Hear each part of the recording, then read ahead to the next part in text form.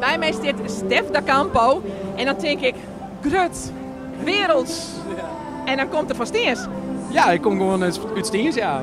Ja, daar geboren ik meestal, daar ga ik meestal in een carrière natuurlijk, dus ja.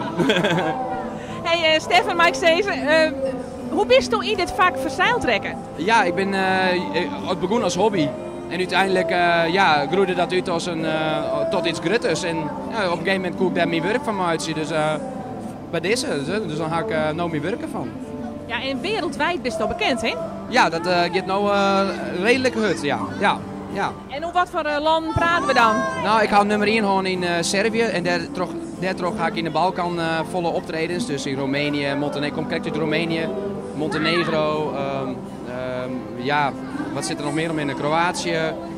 Het hele Oostblok? Ja, het hele Oostblok. En als volgende week zit ik in Frankrijk en volgende maand in Duitsland. Dus ja, het gaat wel heel erg hut, ja. Hoe zoals u de muziek omschrijven willen? Ja, het is toch een beetje uplifting house, zo noemen ze dat, progressive house.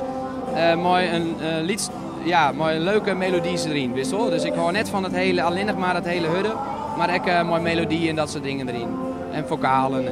Dus dat vind ik leuk. Nou, in het heel specifiek house, was het dan draait jij door zijn melodieuze house. Ja. Wat hij in eigen muzieksmaak boeten de house? Ja, dat is echt heel verschillend. Dat is echt van hip-hop, R&B tot pop, tot klassiek zelf, zag ik zo nou dan zo op. Ja, echt eigenlijk van alles wat maar mooi is. Is dat nou juist de kracht, waarom als zo'n goede DJ wezen is?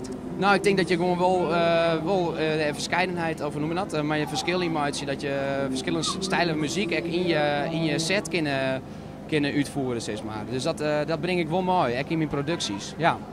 Nou zit je hier op het keerpunt van Dokkum, het bekende Elfstedenkeerpunt, de Admiraliteitsdagen. Hoe viel dit voor jou? Ja, dit is wel echt, ik hier trouwens dit net verwachten, dat zag Rut weer.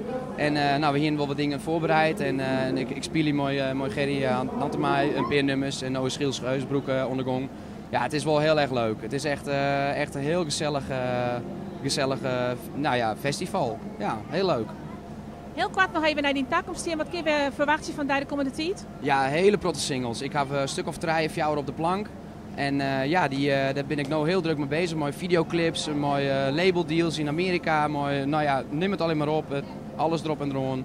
Dus ja, dat zit nog heel wat om te komen, ja. Is er nou nog één feest waarvan als zo zei van daar zou ik sterrendegraan aan kasteren willen? Ja, dat is denk ik wel Tomorrowland. Dat is wel een van de grootste feesten. Of ja, daar droom je echt van als liedjonkje al. En ja, nou ja, je weet het nooit. Hè. Je weet het nooit hoe het rent. Dus, dan dromen wij hier in Friesland even mei. Misschien gebeurt het dan. Even een tomje. Hey Stefan, heel erg bedankt. Dank je wel. Ja man. Hoi.